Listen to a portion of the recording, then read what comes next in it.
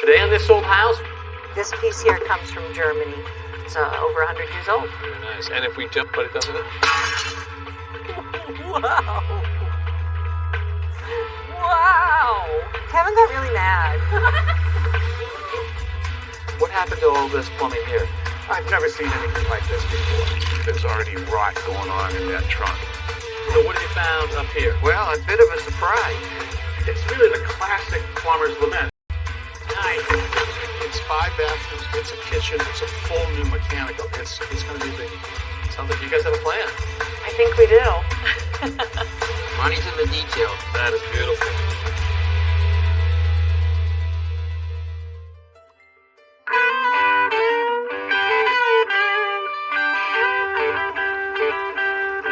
Hi there, I'm Kevin O'Connor, and welcome back to this old house here at Cape Ann, Massachusetts, and our 1890s shingle-style home that is getting a new 750-pound tub going through the second-story window. Now, over here is going to be the new side yard for the house, and right up here, along this entire length, well, that was the original three-season porch.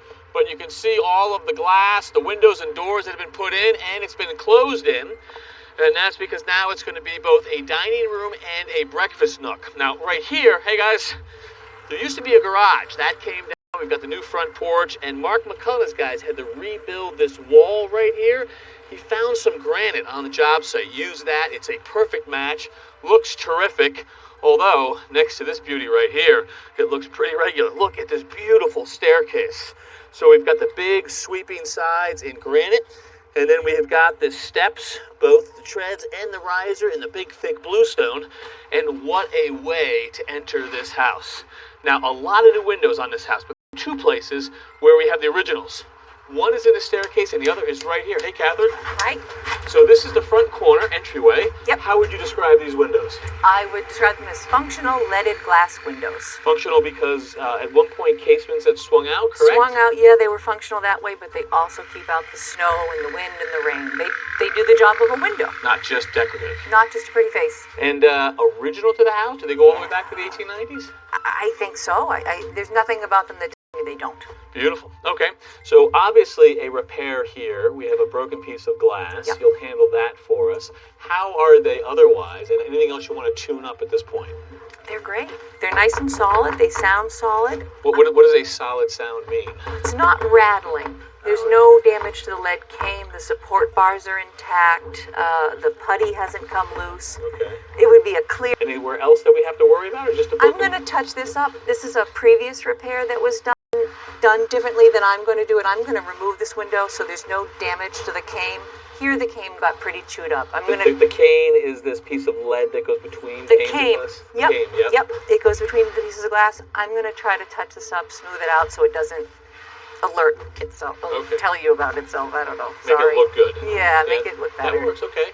So does it start with pulling out this piece here? Yep. What I'm doing right now is because these are going to stay in place, the sashes are going to stay, but I'm taking out the glazing here and have a look at this. It's coming out pretty easily. Old and dry. That's Old sounds and very- crunchy. Yeah. Yeah, but it was doing the job, and I'm going to just continue to do this, then I'll remove the window, and you'll see how I fix it. Can I just say that you folks who repair windows have the coolest tools? We do. Things like this. The Don Carlos knife, yeah. What's it called? A Don Carlos. Beautiful. Yeah, they're great, and you use them all the time. Have at it. I won't get in your way. Thank you so much.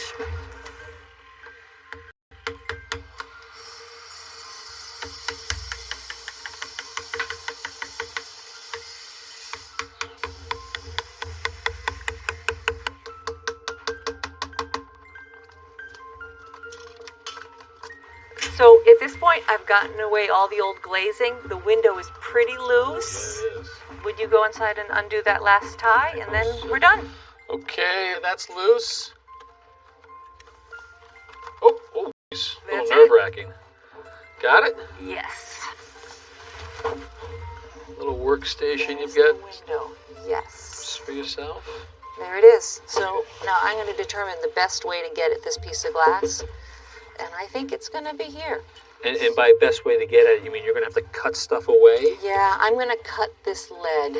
So I'll bend these up a little. I'm going to break through the lead, and then I'll be able to take this piece out, fashion a new one, and then insert it back in. Let's see you do that.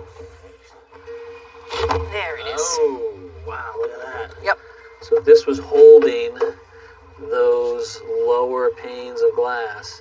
Yeah. That's the heart? Yeah, because there's a channel to the lid. And the glass inserts in there. Terrific.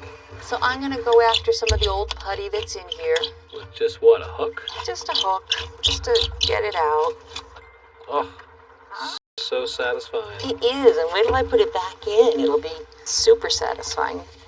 Now that I've got this out, Kevin, it's my template. Now it's time to cut the glass. And I like to use this type of glass cutter. It's called a pistol grip. It aids with fatigue. If you're cutting glass all day, it's self-feeding. Just two distinctive and satisfying sounds. Yes. This piece fit very, very well, so I know it's going to work. I know I can soon join these two pieces of window together. I'm just going to clean up these ends so it'll accept the solder. And I see a real delicate touch, too, with that thing. Have to be.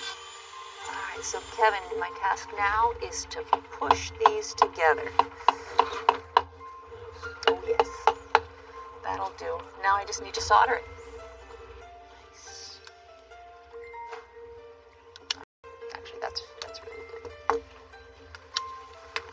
And now, Kevin, just a little bit of chemical patina so the repair isn't very conspicuous. Sort of instant aging. Yeah, yep. There you go. Okay, about to put the window back in, but real quick, just a little linseed oil.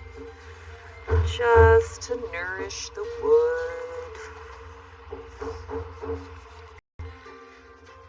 So this is the bead of putty you were going to push the panel into. That is exactly right. So this is the piece of glass that we put in. That's our new piece of glass. And you're just filling in the lead cane? I am, yep, and it's going to push under the cane, and this is what will make the window waterproof, and it also gives it rigidity. And this putty is already dyed black? Yeah, it's got stove black in it, it's got linseed oil, it's, yeah, this is how I buy it. It's just what I need. All right, looking pretty good. Okay. Moment of truth, Catherine. I love it. I know, this is the big moment. Just that around. Drop it in there. Push it forward.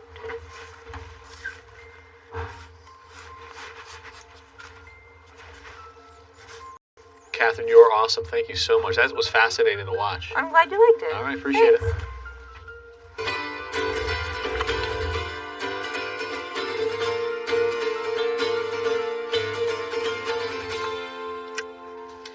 So the homeowners really wanted a buffer between the woodland area and the driveway. Hey, Fred. Morning, Jen. Looking good. Thank you. So we have this 20-foot swath that travels all the way down the driveway, ending with a retaining wall at the bottom. What we wanted to do is fill the whole area up with plantings. And these plantings are going to be blooming throughout different times of year. We have 3 different types of viburnums. This is a Shasta viburnum. It's going to be nice, and it'll get about 6 to 8 feet, and then it'll have berries for the birds in the late fall. And as it transitions down to this other viburnum, which is called a Judi viburnum, and again, flowers white in the spring, different kind of berries. It's going to get about 4 to 5 feet tall and wide. Then we transition to endless summer hydrangeas, summer bloomer. The homeowner really wanted to have the round mop head type flowers, like the ball-shaped flowers. This one's going to be about 4 feet tall, 4 feet wide. Over here, I like to repeat the plants so it has some flow to it and it connects both sides. These are rosebud azaleas. They're more of a dwarf, semi-evergreen azalea. They're going to bloom pink. The homeowner really loved the idea of having swaths of pink in the yard. And they're going to be a spring bloomer and hopefully all grow together as a mound so it looks like one piece. Okay, so over here we have a third viburnum. This is called a viburnum opulus, and it's going to get about 3 feet tall. It has a really nice rounded flower head. It's kind of similar to what the blue hydrangea, the end of the summer, is going to look like. And it's only going to get 3 feet tall, 3 feet wide, fill in this whole area, bloom white in the spring. So this is a show of color in the spring, pinks and whites primarily. And then continuing down here, here we get to the retaining wall. So the homeowners are thinking about doing a stone veneer to cover this area. Another consideration was putting in plants at the front edge of the wall, but that would take a good 3-4 years for those plants to get established to grow over the wall. So I think a stone veneer might be the best option, but we'll see. Okay, in this middle section, it's primarily evergreen. Starting this front row, we have a broadleaf evergreen. It's a low-growing rhododendron. It's called Rhododendron chinoides, and it's going to flower white in the early spring. And then, so that's a broadleaf evergreen. Transitioning up to, this is an Andromeda. It has this beautiful flower in the springtime, in I would say late April, early May. But then the flower heads stay on and have this beautiful red color, so it really adds character and interest to the area. It's a broadleaf evergreen, so these two plants are going to keep their leaves all season long. The back is going to we have 5 fern spray cypress. These will get about 25 feet tall and just really create this beautiful bright green backdrop for all these beautiful plantings. So none of these are going to lose their leaves, and I'm going to go help Fred get started planting this tree over here.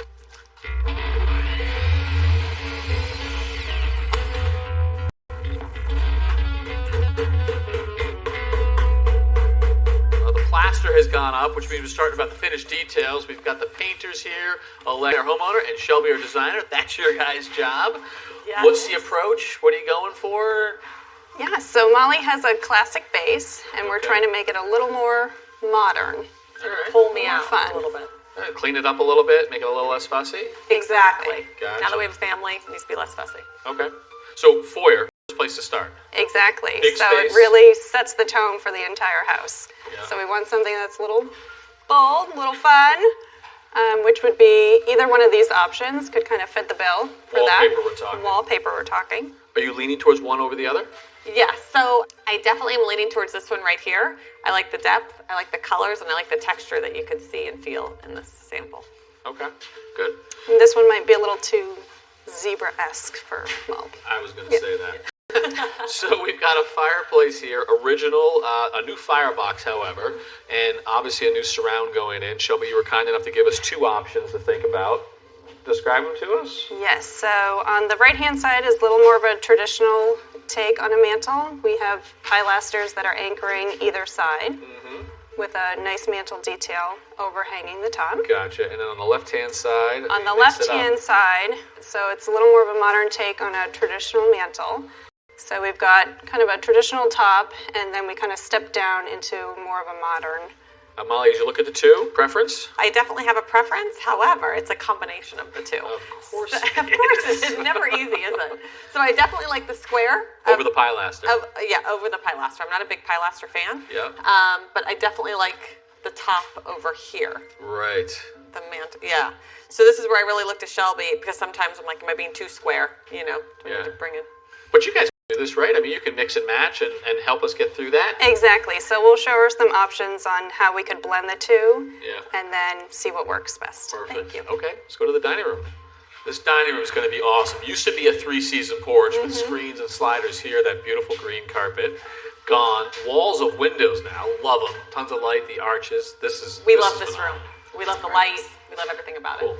So what do we have to decide on in here? So we've already selected this wallpaper here, which is a beautiful grass cloth. Nice. So that lends itself to a coastal home without being too nautical. More so that's exactly. So that's going to go floor to ceiling in here. Nice. Okay. And then we have some options for drapery. The top one has more of the greeny grays, which pulls in the colors from the butler's pantry and the kitchen. The bottom one is a little more of a singular color. I can tell you right now, this is my favorite. I like all the different tones in here and how it brings in the kitchen. All right. It'd be a great way to frame those beautiful windows. Exactly. All right. The other big detail in here is this tray ceiling, and it was sort of a necessity. Lines, traps. So drop the ceiling here, but you frame out, which is basically going to be the dining room table here. Exactly. So we had to get a little creative with what we were doing with the ceiling. So right now we have a nice focal point in the center. So we're going to do a Venetian plaster. Oh, so just in the recess here. Just in the recess. So that'll make it a bit more special. So we don't see Venetian plaster a lot. Walk us through, what exactly it is.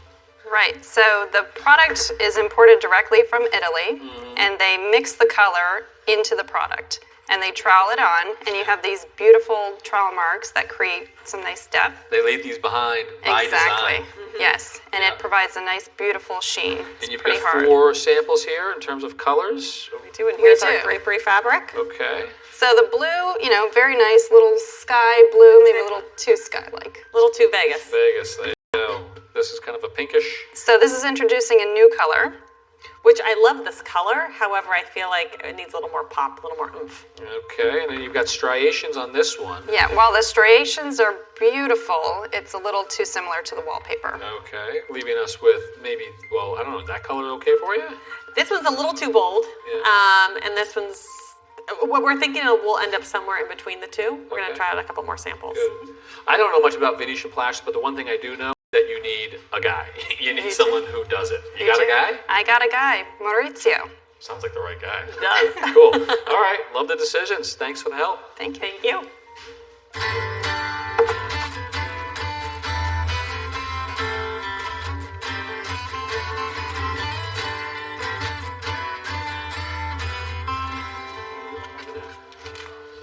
Most of the trim work in the house is installed, and a lot of it is new. Except for this window right here, the homeowner wanted to keep the old window with the old casing. The problem is, when it was demoed, the trim was damaged. Let me show you how we're going to fix it. All right, so this is what we're dealing with. We have 2 pieces here that have been glued together to make one for 1/2. And this is the other side right here, and you can see this was busted pretty good when it was taken off. So what we need to do is glue this back together and fit it back to the window. So Natty made a form or a template right here to fit this piece in. And that way we put it under compression with these wedges, so we put it together and hold it while the glue dries. We can take this out? Is it all ready, Tom? All right, let's pull it out. It's in there pretty good. Good. Comes right out. There it is. All right, so there's 1/2. We have a little more sanding to do on that. And this piece here, in 3 pieces, we'll put this. Yeah, we got a little bit of sanding to do right there on that one. We can get it in. So let's sand that right there and then try it out.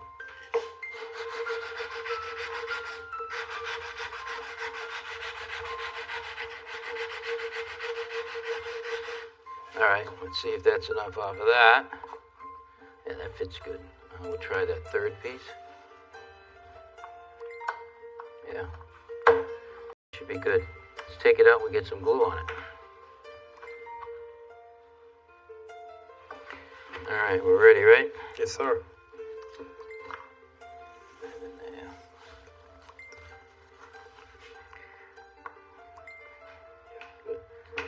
Get a couple of wedges on this.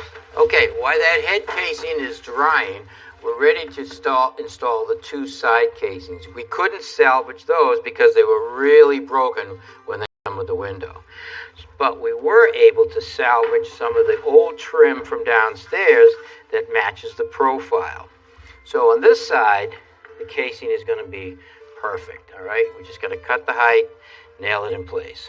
But on this side, you can see the casing fits, but if you look, it's way too wide. So we have to cut this side of the casing to follow the contour of the wall also, so we're going to scribe it in place. I'm going to put a reference mark here on the windowsill and another one right here on the edge of the window stop. And I'll take it away. Okay, so now what I'm going to do is I'm going to check the dimension from this line that I marked on the stool right here to the edge of the window frame. Hold my scribes against that. Open them up a little. Hold my scribes against it and bring the scribe to the pencil mark right there.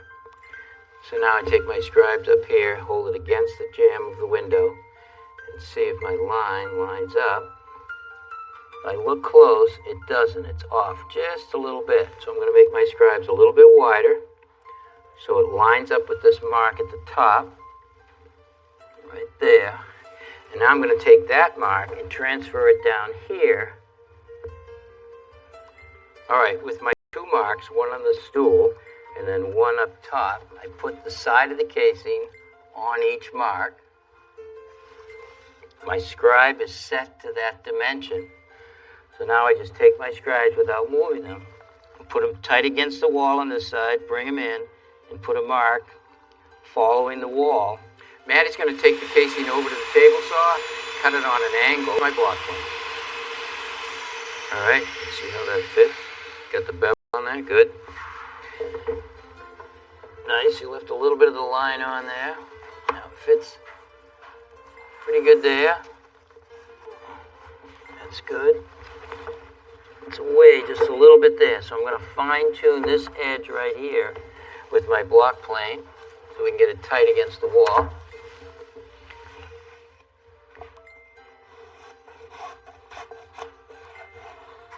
Don't need to take very much off.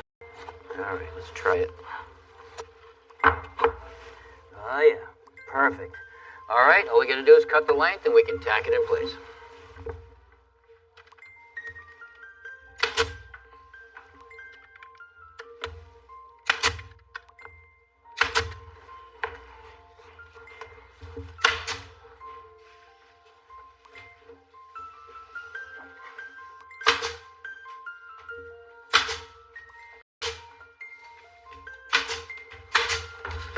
Hey, Maddie, Tommy. Hey, Kevin, how are you? Hey, Kevin. Let's see how it went, huh? Look at that beauty. That is going to be a real nice compliment to those leaded glass windows right in the front of the house. We saved this top casing here, this round one, glued it all back together. It was a lot of pieces. And we used some of the casing from downstairs. Nice. So worth it. It's a beautiful window. I'm glad we did it. Cool. All right. Well, next time we're going to spend some time saving this original handrail and some of the original plaster that's still left in this house. So until then, I'm Kevin O'Connor. I'm Matty Ford. I'm Tom Silva. For this old house here on Cape Ann. Did he give you any trouble, Maddie? Just a little, but I might use you next time, There you Kevin. go. Now you get things done quickly. Maybe not well, but quick and fast. Next time on This Old House. This small piece of wood is the key to saving these 130-year-old balusters. I'll tell you how this wrench revolutionized the plumbing industry.